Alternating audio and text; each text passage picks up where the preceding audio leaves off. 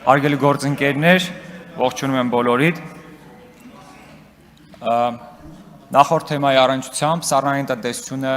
որի մասին խոսվեց, եղել է գյուղացիների մթերող կազմակերպություն եւ այստեղ փաստորեն անտեսվել է գյուղացու շահը, եթե ավելի կոշտ ձևակերպենք, թքած է ունեցվել գյուղացու եւ նրա բերքի վրա։ Կարելի է գտնել ավելի ռացիոնալ լուծումներ, իսկ ինչ վերաբերում է գեղեցիկ էլ չի այդպես ասել թքելուն կամ թքած ունենալուն, երբ թքելու մասին խոսք է գնում, ինձ մոտ մի քաղաքական գործիչ է ասոցացվում, ամնը չեմ հնչեցնի, կարծում եմ բոլորիդ մոտ նույն զգացողություններն են։ Ալեն Սիմոնյանի մասն է խոսքը, եթե պետք է հնչեցնել։ Այնպիսի տեղ, որտեղ թքած ունենալ երբեք չի կարելի, առավելապես չի կարելի։ Խոսելով պարոն Ղազնյանի թեկնածության մասին, ես համոզմունք ունեմ, որ պարոն Ղազնյանը այնպիսի մարդկային մասնագիտական որակներ ունի, համակարգման, կառավարման այնպիսի փորձառություն եւ փորձ ունի, որը կարողանալու է լավագույնս ի ցույց դնել տարածքային կառավարման եւ շրջակա միջավայրի պահպանության մշտական հանձնաժողովը լավագույն ուղով տանելու համար։ Թեմայի առնչությամբ խոշորացման մասին խոսվեց, խոշորացումը այո ունի բավականին դրական կողմեր։ Ռեսուրսներն են միավորվել, համայնքային աշխատակազմերն են ավելի պրոֆեսիոնալ դարձել, համայնքները այժմ կարողանում են ծրագրերի դիմել, միջազգային կառույցների հետ համագործակցել, միասնական աղբանության համակարգ ունենալ եւ այլն, կարելի է շարքը թվել։ Սրան զուգահեռ մի մինուս կնշեմ, բացասական կողմ կնշեմ, նախկինում երբ համայնքի ավականու անդամները ընտրվում էին մեծամասնական ընտրակարգով, նրանք անհատ մարդիկ էին, ովքեր ունեին անհատական կարծիքներ եւ ըստ էության ավականու կազմում կար բազմակարծություն։ Այսօր այդ բազմակարծությունը չկա, կա միակարծություն, լավագույն դեպքում երկկարծություն, եռակարծություն էլ չգիտեմ ընդհանրապես կա թե չկա։ Այն համայնքները, որտեղ իշխանություն է ձևավորել մի ուժ կոալիցիոն սկզբունքով չի ձևավորվել, այդ ավականու ֆրակցիան պարտաճանաչ գնում է ավականու նիստերին նստում, որպես այդպիսին քննարկումներ տեղի չեն ունենում, հարցը բարձրացվում է, քվեարկությունը լինում է եւ անցնում է առաջ։ Բովանդակային քննարկում այդտեղ չկա, որտեղ չկա բազմակարծություն, այսինքն չկան անհատական տարբերվող կարծիքներ։ Տարածքային կառավարման մասով։ Տարածքային կառավարումը մի տեսակ կորցրել է իր դերը եւ ազդեցությունը։ Այստեղ կամ մարզպետարանների մասով պիտի էական գործառույթների փոփոխություններ տեղ ունենան, կամ այդ կառույցների հաստիկացուցակը վերանայվի ընդհուպ միջև փոքր ներկայացուցչական մարմին թողնելուն։ Որովհետև եթե դիտարկում ենք այն տեսանկյունից, որ մարզպետարանները պիտի այս կամ այն ձևով եւ չափով վերահսկողություն իրականացնեն համայնքների նկատմամբ, ոչ թե կառավարում, այլ վերահսկողություն, որտեղ համայնքի ղեկավարը ղեկավար է, որը չունի ղեկավար։ Բայց երբ հարցը վերաբերում է քաղաքական որևէ ուղղակի կամ անուղղակի դրսևորման, մարզպետարանները շատ արագ համակարգված սկսում են այստեղ գալ, խառնվել, առնչվել, բայց երբ հարցը վերաբերում է նրան, թե որքանով է ռացիոնալ օգտագործվում համայնքի բյուջեն, տեղին է ծախսվում, տեղին չի ծախսվում, ինչի համար ոնց է ծախսվում, այսպես կողքից իրանց համար ուղղակի կարող է գան, մի հատ տարեվերջյան ուսումնասիրություն անեն, մի երկու բառ արձանագրեն, թղթերը փակեն, դնեն փոշոտ դարակը ու այսքանով պատմությունը ավարտվեց։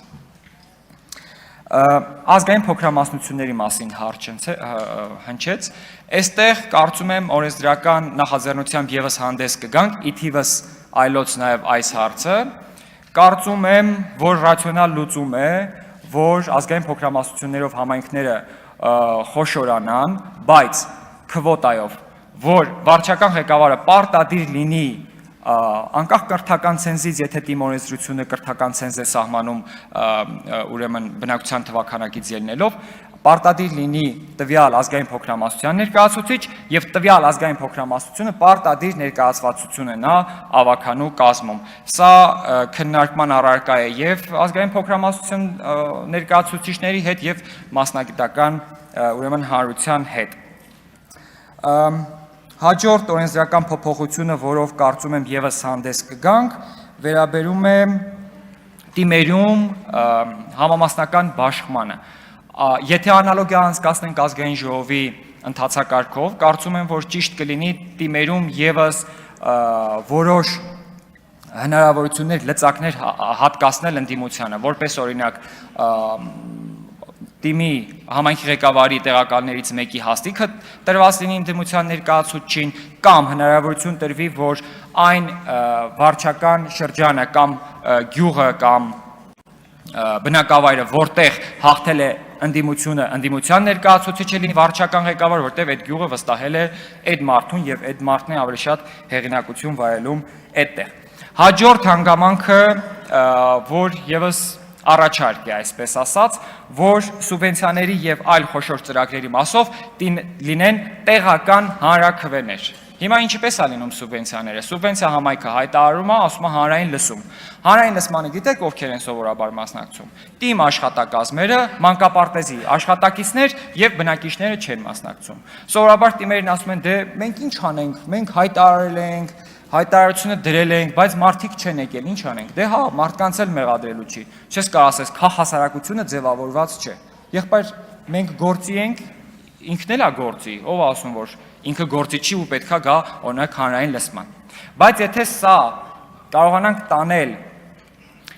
նույն օրինակ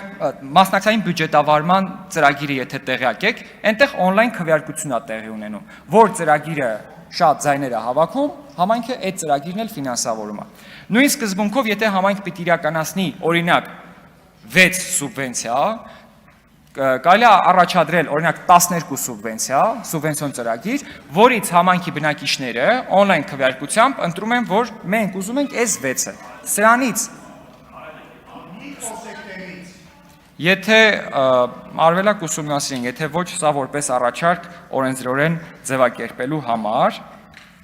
հաջորդը Տիկին Դավոյանը հարց բարձրացրեց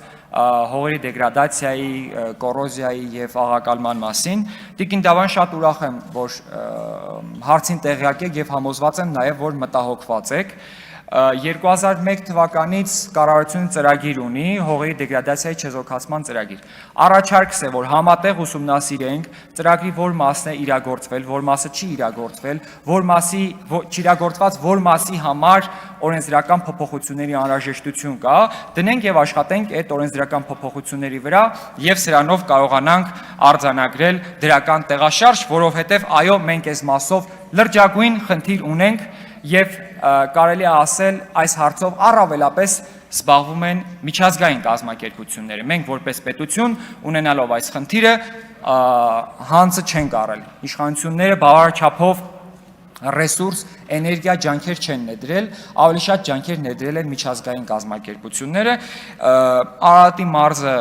ամենաշատ աղակալած հողերն ունի, Վայոց ձորի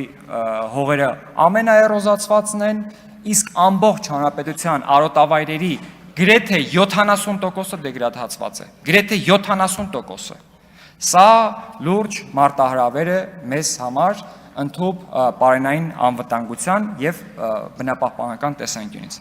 Այսքանը, շնորհակալություն։